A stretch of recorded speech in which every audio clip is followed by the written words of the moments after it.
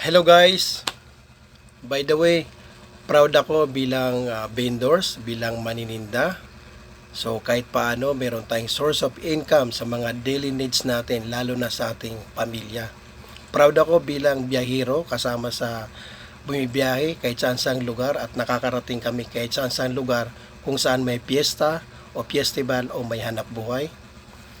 Pero ito guys, meron akong dalawang personal na tanong sa mga kapwa ko vendor o manininda, lalo na mga biyahero. Una, anong tinda o paninda ang nakakapagod?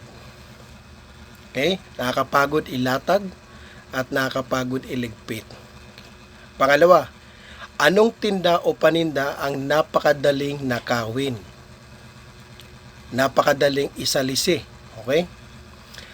Kasi guys, sa totoo lang naranasan ko na to. Na-experience ko na to at na tinda ko na tong dalawang paninda na to. Although sa ngayon yung paninda ko ay napakaganda. Okay? Kasi papalit-palit talaga ako ng tinda kung saan yung may uso, yung in na paninda ngayon ay yun ang tinitinda ko para mabenta. Okay? Unang tanong, okay? Anong tinda o paninda ang nakakapagod? Sobrang nakakapagod.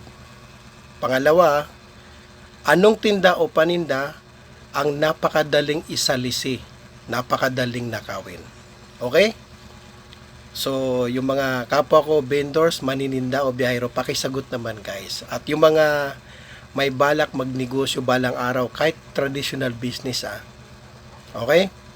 Gawin nyo guys para sa pang-araw-araw na pangangailangan nyo sa pamilya nyo para may daily income kayo. Okay?